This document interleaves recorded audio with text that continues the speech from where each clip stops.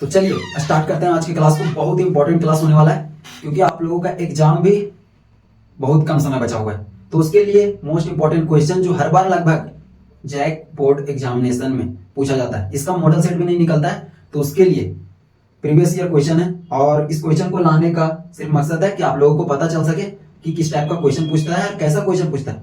और कभी कभी तो सेम टाइप का क्वेश्चन एग्जैक्ट सेम पूछ भी देता है। और यहाँ से हम लोग देखने वाले हैं वो क्वेश्चन जो एग्जाम में पूछेगा और उससे रिलेटेड अगर कोई भी क्वेश्चन पूछता है तो उसको भी हम लोग निकालेंगे। तो आप लोग साथ में नोट्स बनाते चलिएगा। यहाँ पे आंसर लिख लीजिएगा कि इसका आंसर कौन सा है। पहला नंबर क्वेश्चन में देखिएगा। और एक चीज बता दें कि जो कंप्यूटर साइंस में आप लोगों को एक होता है पाइथन, जावा और सी, अलग अलग लैंग्वेज होता है। तो आप लोगों को सी प्लस प्लस पूछना है। सी प्लस प्लस बार बार पूछता है और सिलेबस में भी आप लोगों का।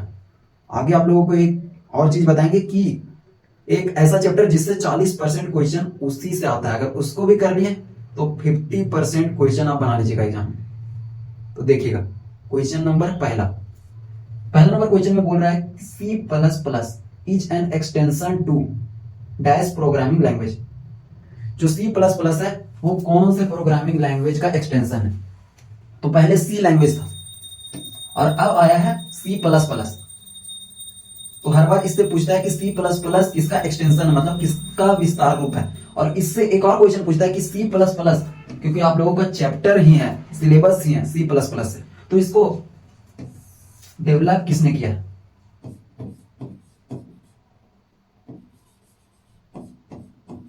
किसके द्वारा डेवलप किया गया है, ये क्वेश्चन पूछता है। तो लिख लीजिएगा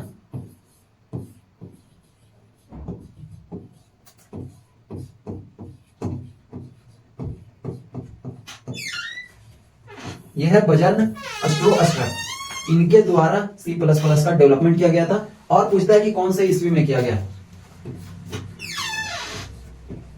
तो 1979 में सी प्लस प्लस का डेवलपमेंट किया गया था। किसके द्वारा? बजर्न अस्ट्रोअस्टर के द्वारा। जहां भी ऑप्शन में दिखेगा कि सी प्लस प्लस किसके द्वारा डेवलप किया गया है, ये तीनों कंटेंट बहुत ज्यादा इंपॉर्टेंट है। उसके बाद आगे मूव करते हैं। दूसरा नंबर क्वेश्चन को देखिएगा।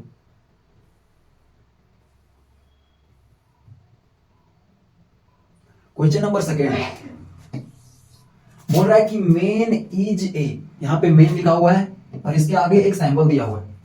अगर कोई भी चीज लिख करके और इस प्रकार से सैंपल मिल जाए तो वो हमेशा याद रखिएगा कि वो एक फंक्शन होता है।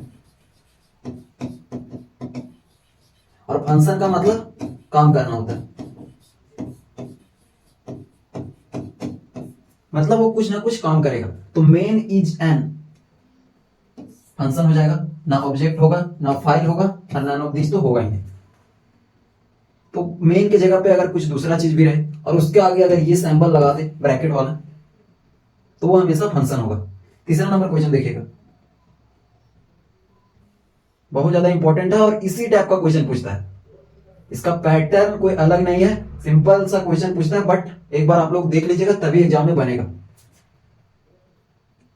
तीसरा नंबर में if a function does not return a result, अगर कोई फंक्शन रिजल्ट को रिटर्न नहीं करता है। फंक्शन अभी बताया कि फंक्शन का मतलब कोई ना कोई काम करना होता है, और अगर कोई फंक्शन रिटर्न नहीं करता है रिजल्ट को, देन इट्स रिटर्न टाइप क्या होगा?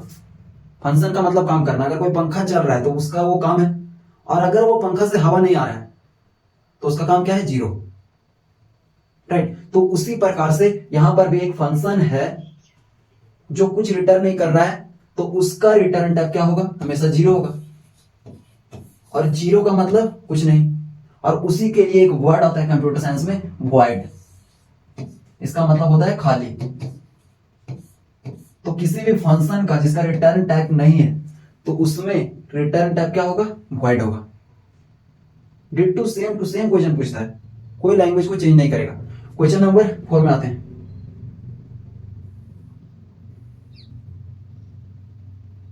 क्वेश्चन नंबर 4 बोल रहा है कि data item that never change their value during a program run, जब हम लोग प्रोग्राम को रन करवाते हैं और वो अपना वैल्यू को चेंज नहीं करता है तो किसको बोलते हैं? कौन सा डाटा आइटम को बोलते हैं? यहाँ पे कीवर्ड दिया हुआ है, आइडेंटिफायर दिया हुआ है, ऑपरेटर दिया हुआ है, लिटरल्स दिया हुआ है। तो लिटरल्स एक ऐसा डाटा आइटम है जो अपना वैल्यू को कभी भी चेंज नहीं करता, मतलब हमेशा फिक्स रहता है।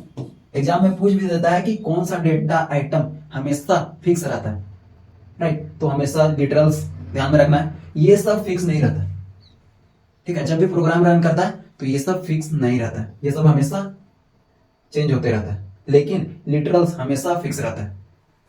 क्वेश्चन नंबर 5 में बोल रहा है slash A is used for, 4 word का सिर्फ क्वेश्चन है कि स्लैश ए का यूज किसके लिए किया जाता है। अब ये जो सैंपल दिया हुआ है ये है स्लैश, और एक ऐसा भी रहता है इसको भी बोलते हैं स्लैश।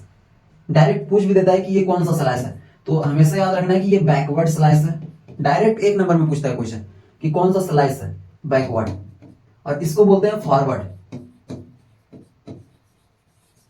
तो जो बैकवर्ड स्लैश ए है इसका यूज किसके लिए किया जाता है, तो ए है मतलब सिंपल सा ऑडिबल के लिए। जैसे किसी घर के बाहर जाते हैं और बाहर में रिंग बेल रहता है, दबाते हैं तो ऑडियो चालू हो जाता है घर में, उसी प्रकार से कंप्यूटर में C++ में स्लैश ए यूज करने पर ऑडिबल साउंड बजना शुरू हो जाता है। एक और रहता है स्लैश टी, एक और रहता है स्लैश एन, इसका मतलब नया लाइन, न्यू लाइन होता है, इसका मतलब हॉरिजॉन्टल लाइन होता है। तो इस प्रकार का फंक्शन होता है। नेक्स्ट,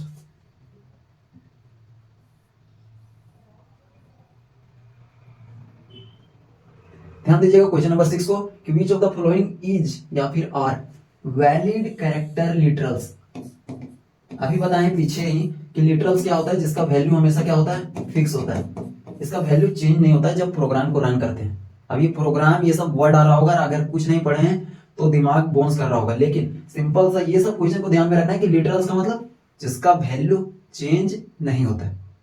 ये पूछता है कि किसका वैल्यू चेंज नहीं होता है, फिक्स रहता है, तो यहाँ पे लिटरल। अब बोल रहा है कि इनमें से कौन सा वैलिड कैरेक्टर लिटरल्स है, तो कैरेक्टर लिटरल्स किसको बोलते हैं वो समझेंगे, उसके बाद ऑप्शन में देखेंगे। तो कैरेक्टर लिटरल्स का मतलब होता है ना कि एक सिंगल कैरेक्टर होना चाहिए, सिंगल कैरेक्टर, और उसको सिंगल कोट्स के अंदर बंद करना है। अब यहां पे जो भी ऐसा दिखेगा वही वैलिड कैरेक्टर लिटरल्स हो जाएगा। वैलिड का मतलब सही। तो पहला नंबर ऑप्शन में देखना है कि यहां पे कैरेक्टर कौन है, ए बी और सी, 3 कैरेक्टर आ गए। यहां पे तो डायरेक्ट बोल रहा है कि सिंगल कैरेक्टर रहना चाहिए, और सिंगल इन्वर्टेड में यहाँ पे सिंगल इन्वर्टेड है, इसमें कोई दिक्कत नहीं था, लेकिन यहाँ पे 3 कैरेक्टर है इसीलिए दिक्कत है, तो ये नहीं होगा। दूसरा नंबर में भी 3 है और डबल इन्वर्टेड तो रहना ही नहीं। तीसरा नंबर में देखते हैं कि यहाँ पे सिर्फ एक कैरेक्टर है सी, और इसको सिंगल इन्वर्टेड कॉमा से बंद किया गया है, तो ये आपका ऑप्शन सही हो जाएगा, ठीक है। तो इसके जगह पर अगर पी भी रहता, इसके जगह पर के रहता और सिंगल इन्वर्टेड कॉमा से बंद रहता तो ये भी ऑप्शन होता। तो समझ गए कि वैलिड कैरेक्टर लिटरल्स किसको कहते हैं। इसी के जगह पे सिर्फ सी की जगह पी कर देगा, एक नया क्वेश्चन आप लोगों के एग्जाम में देखने को मिलेगा। उसके बाद नेक्स्ट,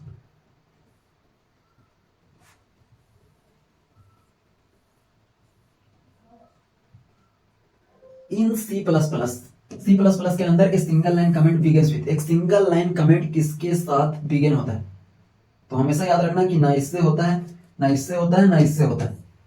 सिंगल लाइन कमेंट अगर करना है तो वो हमेशा ऑप्शन नंबर बी से होता है, जो यहाँ पे डबल स्लाइस है, और ये फॉरवर्ड वाला स्लाइस है। ऑप्शन में दे सकता है ऐसा भी, ये बैकवर्ड स्लाइस है, तो बैकवर्ड स्लाइस से नहीं बल्कि फॉरवर्ड स्लाइस से होता है। उसके बाद क्वेश्चन नंबर 8 बहुत इंपॉर्टेंट है, ध्यान दीजिएगा। इससे क्वेश्चन पूछता है, हर बार पूछता है, प्रीवियस ईयर में हर बार पूछा है और आपके एग्जाम में भी रहेगा। ध्यान से समझिएगा इस क्वेश्चन को। क्वेश्चन नंबर 8 में बोल रहा है कि द प्रीफिक्स इंक्रीमेंट और डिक्रीमेंट ऑपरेटर फॉलो। प्रीफिक्स का मतलब होता है पहले, ध्यान रखिएगा।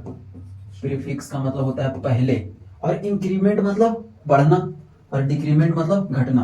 तो इसके लिए एक सैंपल यूज किया जाता है, 2 प्लस का सैंपल, और डिक्रीमेंट मतलब घटना, मतलब 2 माइनस का सैंपल यूज किया जाता है। प्रीफिक्स का मतलब पहले, और इंक्रीमेंट का मतलब 2 प्लस, और डिक्रीमेंट का मतलब 2 माइनस। तो यहाँ पे बोलता है कि जो प्रीफिक्स इंक्रीमेंट और डिक्रीमेंट ऑपरेटर होता है वो कौन से रूल को फॉलो करता है। तो इसको ध्यान दीजिएगा कि इसका ऑप्शन नंबर ए होगा, पहले चेंज करता है देन यूज करता है। इसका काम है चेंज करना फिर यहाँ पे यूज करना। तो प्रीफिक्स में ये होता है। और एक क्वेश्चन होता है postfix. Postfix increment या डिक्रीमेंट ऑपरेटर अगर पूछ दे तो उसमें पहले करेगा use and then rule change. तो इसमें ऑप्शन नंबर ए करेक्ट हो जाएगा। इसको ध्यान दीजिएगा। इससे न्यूमेरिकल सिंपल सा पूछता है कि प्लस प्लस ए और ए का वैल्यू दे दिया है 4, तो यहां पे ए का वैल्यू क्या होगा इंक्रीमेंट में। तो कुछ करना नहीं है, प्लस प्लस ए की जगह पे 4 है और ये जो प्लस है उसका मतलब होता है कि एक नंबर बढ़ा देना, एक ऐड कर देना। तो यहां सीधे हो जाता है 5। तो इस टाइप का न्यूमेरिकल देखने को मिलता है, आगे हम लोग देखेंगे। यहाँ पे बोल रहा है ए pointer is a variable that holds. तो एक पॉइंटर है, एक वेरिएबल है जो क्या होल्ड करता है। तो पॉइंटर अगर वेरिएबल है तो वेरिएबल ही होल्ड करता है। कौन सा वेरिएबल, वो ध्यान दीजिएगा। ऑप्शन नंबर पहला नंबर नहीं है, memory address of another variable. ये पॉइंटर है ना, वो वेरिएबल है जो किसी दूसरे वेरिएबल का मेमोरी को होल्ड करता है। उसका एड्रेस क्या है वो होल्ड करता है, राइट। तो ये होता है पॉइंटर, ना फाइल ना local address, none of this तो होगा ही नहीं। तो पॉइंटर क्या है, उसका डेफिनेशन में ही ये पहला लाइन आता है। तो इसके लिए ऑप्शन ये करेक्ट होगा। तो यहाँ पे आप लोग बताइएगा कि क्वेश्चन नंबर 10 को करने से पहले ये छोटा सा क्वेश्चन बता दीजिएगा कि क्या होगा। 6 × 5, इसी से रिलेटेड यहाँ पे क्वेश्चन है। यहाँ पे हो जाएगा 30, राइट। और अगर यहीं पे इसको कर दे तब क्या होगा। तो सबसे पहले हम लोग ब्रैकेट वाला को काम करते हैं। 6 × 5 30 डिवाइडेड बाई 5। अब ये क्या होगा, 5 को यहां पे डिवाइड करना है तो ये 6 आ जाएगा। सेम टू सेम काम क्वेश्चन नंबर 10 में करना है, लेकिन उसका सिर्फ सैंबल को चेंज किया गया है। क्योंकि C++ पढ़ रहे हैं तो वहां पे मल्टीप्लीकेशन का सैंबल नहीं होता है। यहाँ पे इसका मल्टीप्लीकेशन को इस प्रकार से रिप्रेजेंट किया जाता है। ये हो गया मल्टीप्लीकेशन ऑपरेटर C++ में। और यहाँ पे जो डिवीजन है उसको हम लोग इस सैंबल से रिप्रेजेंट करते हैं, राइट, जिसको हम लोग मॉडुलस ऑपरेटर बोलते हैं, राइट। बाकी काम वही है। यहाँ पे अगर ऐसे भी कर देंगे तो 6 × 5 मल्टीप्लाई करेगा। तो क्वेश्चन नंबर 10 में भागना नहीं है, क्योंकि जहां पे कैलकुलेशन दिखता है आप उसको छोड़ देते हो, लेकिन वो बहुत सिंपल है और ऐसा क्वेश्चन बनाने के लिए देता है। जो अगर पिछला वाला समझ गया कि 6 × 5 30 होता है, सेम क्वेश्चन यहां पर है। उससे पहले कुछ नया नया टर्म है, ध्यान दीजिएगा। यहाँ पे बोल रहा है what will be the value of the following expression. इस एक्सप्रेशन का वैल्यू क्या होगा। सबसे पहले डरना नहीं है, इस एक्सप्रेशन को देखो कुछ नहीं है, यहाँ पे सब वैल्यू दिया गया है। सिर्फ हमको इस पे बैठा करके और गुना कर देना है, जैसे अभी पीछे किए हैं। यहाँ पे ये वाला सिंबल है, राइट। ये कुछ नहीं है, मल्टीप्लीकेशन का ही सिंबल है। C++ में ऐसा यूज किया जाता है। एक सिंबल ये है, ये जो परसेंटेज का साइन दिया हुआ है, काम क्या है, जो डिवीजन में करता है। इसको ध्यान में रखना है, लिख लीजिएगा। क्वेश्चन डायरेक्ट पूछता है कि ये कौन सा ऑपरेटर है।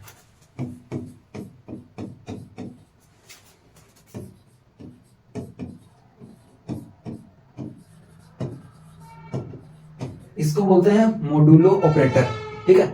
मोडुलो ऑपरेटर, इसका भी काम डिवीजन के जैसा ही है, जो हम लोग भागा का यूज करते हैं, बट थोड़ा सा एक डिफरेंस है। क्वेश्चन पूछता है कि ये कौन सा ऑपरेटर है, मोडुलो ऑपरेटर या फिर मोडुलस। इसका काम क्या है पता है, रिमाइंडर देना, रिमाइंडर, बस। ये दो चीज ध्यान में रखना है, क्वेश्चन इससे बाहर नहीं पूछेगा। ये कौन सा ऑपरेटर है, मोडुलो ऑपरेटर। इसका काम क्या है, रिमाइंडर देना। जैसे 30 डिवाइडेड बाई 5, तो हम लोग लिखते क्या है कि 5 डिवाइड कर देते हैं तो यहां पे वैल्यू आ जाता है 6। लेकिन इसमें होता क्या है कि ये रिमाइंडर देता है, तो 5 6 30, यहां पे क्या बचा 0, ठीक है। तो ये आपका है कोसेंट और ये आपका रिमाइंडर। तो इसका जो आंसर हो जाएगा ना वो होगा 0, बस। तो ये है मोडुलो ऑपरेटर, इसका काम है रिमाइंडर देना। रिमाइंडर कैसे दिया, डिवाइड करने पे। ये क्वेश्चन हम लोग मैथ में पढ़ते हैं तब 6 देता है, लेकिन यहां पे पढ़ते हैं तो यहां पे रिमाइंडर देता है। रिमाइंडर क्या है, 0, सिंपल सा है। तो यही चीज है, बस इसी को सॉल्व करना है, ठीक है। और अभी कुछ देर पहले ऊपर में हम बताए थे क्वेश्चन नंबर 8 में, इसको बोलते हैं क्या, प्रीफिक्स ऑपरेटर। अब इसको हम सॉल्व करते हैं तब आप लोग को समझ में आएगा कि क्या है।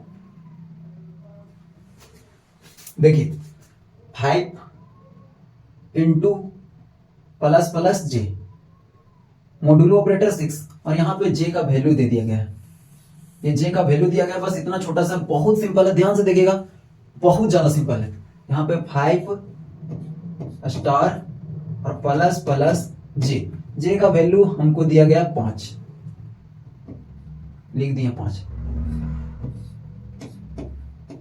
जैसा है वैसा लिख दी। सबसे पहले हम लोग ब्रैकेट के अंदर का काम करेंगे।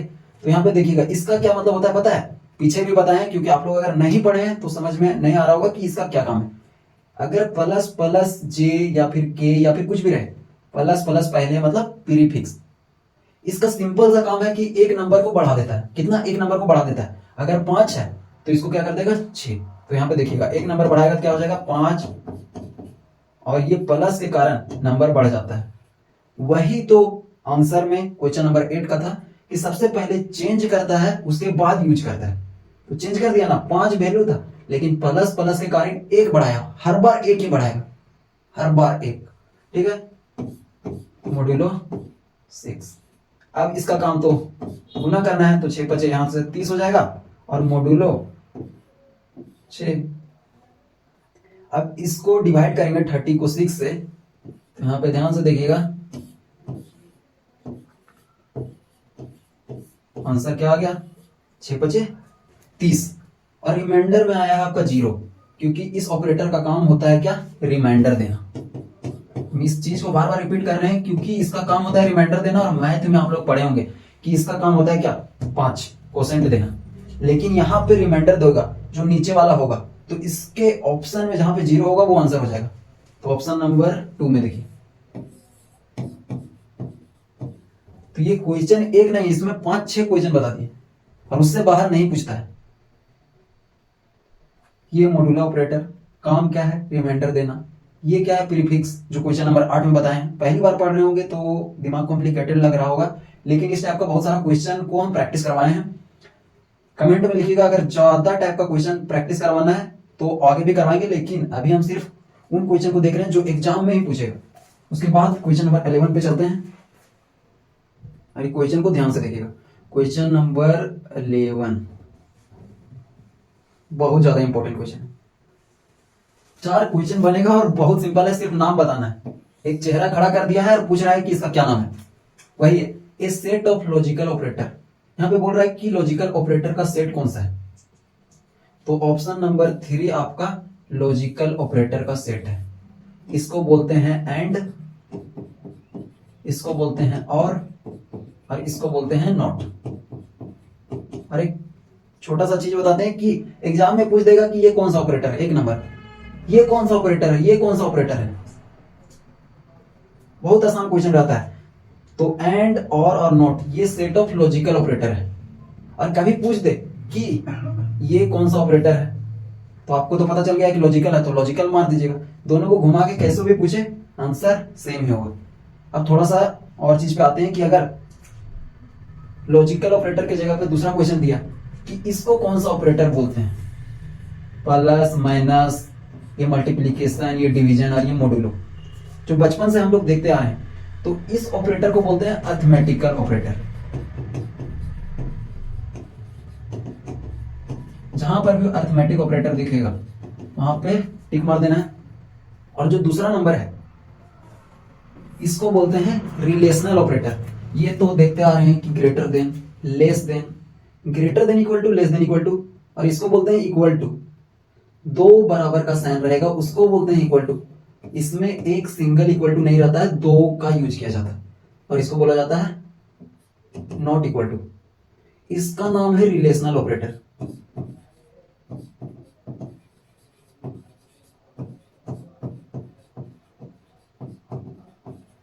तो ऑपरेटर 3 टाइप्स का ही होता है, एक होता है लॉजिकल, एक होता है अरिथमेटिकल, और तीसरा होता है रिलेशनल। पूछ भी देता है कि टाइप्स ऑफ ऑपरेटर कितना है, तो डायरेक्टली 3 मार देना है। अगर पूछे कि अरिथमेटिकल ऑपरेटर में कौन आता है, तो ये कौन सा ऑपरेटर आता है, रिलेशनल ऑपरेटर। बस सिंपल सा है। 12 नंबर क्वेश्चन में आते हैं।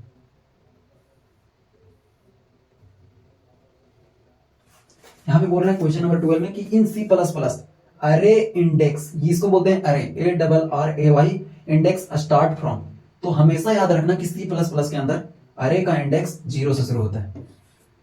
जैसे हम लोग मैथ में गिनती शुरू करते हैं 1 से, उसी प्रकार से सी प्लस प्लस में अरे का इंडेक्स स्टार्ट होता है 0 से, हमेशा 0 से यहां स्टार्ट होगा। क्वेश्चन नंबर 14 और 15 पे आते हैं। ये क्वेश्चन नंबर 13 में बहुत ज्यादा टाइम लगेगा और इसको अलग से एक्सप्लेन करेंगे। तो क्वेश्चन नंबर 14 में आते हैं और ये बहुत ही इंपॉर्टेंट है। लूप, लूप का मतलब गोल गोल घूमते रहना, ठीक है, किसी के पीछे गोल गोल घूमते रहना ही लूप कहलाता है। Repetition of same thing again and again. तो यहाँ पे बोल रहा है क्वेश्चन नंबर 14 में, इससे तो पक्का है कि क्वेश्चन रहेगा ही रहेगा, इसमें कोई शक नहीं है। Question number 14, the do while loop is an blanks control loop. इसमें बोल रहा है कि जो डू वाइल लूप है वो किस प्रकार का लूप है। अब हमको पता रहेगा पहले तब तो कि किस प्रकार का लूप हो, क्या लूप होता है, लूप्स का टाइप्स कितना होता है। तो सबसे पहले हम लोग देख लेते हैं, छोटा सा चीज देखिएगा, यहां से क्वेश्चन सब क्वेश्चन पकड़ाएगा। जो लूप होता है उसका तो डिफाइन नहीं कर सकते हैं, लेकिन इसमें 2 पार्ट्स होता है। एक होता है एंट्री और एक होता है एग्जिट।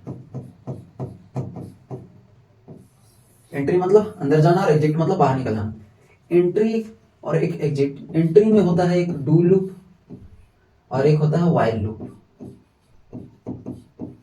और एग्जिट में होता है डू व्हाइल लूप। बस 3 टाइप्स का ही लूप होता है मेनली। एग्जाम में डायरेक्ट पूछेगा कि लूप्स को कितने पार्ट्स में बांटा गया है, तो 1 2 3। और अगर पूछेगा कि कितना कैटेगरी में है तो 2, एंट्री और एग्जिट। लेकिन मेनली आपको यही पूछेगा कि लूप्स का कितना टाइप्स है। तो हमेशा याद रखना है, एक ये होता है, एक ये होता है और एक ये होता है। अब आप यहां से देख करके बता सकते हो कि कौन सा लूप्स में आएगा। The do while loop is a, do while loop किसमें आ रहा है, एग्जिट में, तो यहाँ पे एग्जिट हो जाएगा। अगर डू वाइल की जगह पर यहाँ पे सिर्फ डू रहता तो एंट्री में आता, अगर सिर्फ वाइल रहता तो भी एंट्री में आता। तो यहाँ पे देख रहे हो कि कैसे क्वेश्चन फ्रेम किया जा रहा है। सिंपल सा, इतना सिर्फ अगर दिमाग में है तो यहां से क्वेश्चन आप मान लेंगे। उसके बाद लास्ट क्वेश्चन देखते हैं, question number 15। In C plus plus programming, C plus plus programming के अंदर strcmp, और अभी बताए थे कि अगर कहीं भी 2 ब्रैकेट आ गया तो उसका मतलब होता है फंक्शन, मतलब कुछ ना कुछ काम करेगा। इज यूज फॉर, किसके लिए यूज किया जाता है, तो ये शॉर्ट फॉर्म लिखा गया है। str का मतलब होता है स्ट्रिंग, स्ट्रिंग अलग ही टॉपिक है, जो पढ़े होंगे उसको समझ में आ रहा होगा। CMP का मतलब क्या होता है पता है, कंपेयर। कंपेयर से C को उठाया, M को उठाया और P को उठाया, CMP। और स्ट्रिंग से str को उठा करके बोल दिया कि इसका काम क्या होता है। तो हमेशा याद रखना कि 2 स्ट्रिंग को, स्ट्रिंग का मतलब हिंदी में रस्सी भी होता है, तो 2 रस्सी को कंपेयर करने के लिए यूज किया जाता है कि कौन बड़ा है कौन छोटा है। ठीक है, 2 रस्सी है, उसको कंपेयर करना है कि कौन बड़ा है कौन छोटा है, तो उसके लिए C++ में strcmp फंक्शन का यूज किया जाता है। तो कंपेयर टू स्ट्रिंग। तो ये था प्रीवियस ईयर का क्वेश्चन, जो हर बार इसी टाइप के पैटर्न पे क्वेश्चन पूछता है, और हम उस टॉपिक से रिलेटेड जितना भी क्वेश्चन बन सकता है सबको बता दिया। अगर इन सबको करते जाइएगा तो एग्जाम में यहीं से आप लोगों को एग्जाम में देखने को मिलेगा। तो नेक्स्ट पार्ट में देखते हैं और भी बहुत सारा इंपॉर्टेंट क्वेश्चन जो एग्जाम में आने का संभावना है। Thank you.